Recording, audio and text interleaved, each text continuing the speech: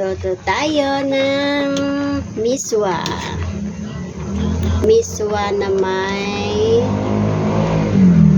may patola. Ayan po ang ating ulam po tonight. Luto na po siya. Pwede na pong kumain.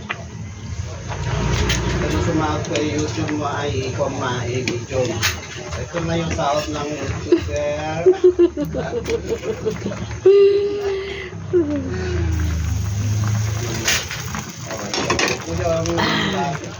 Salamat.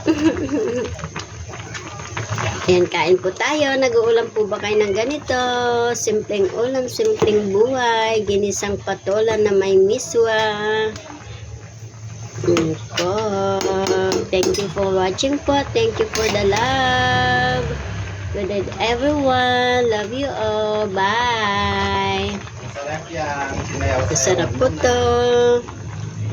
Kasi niluto with love, with pagmamahal.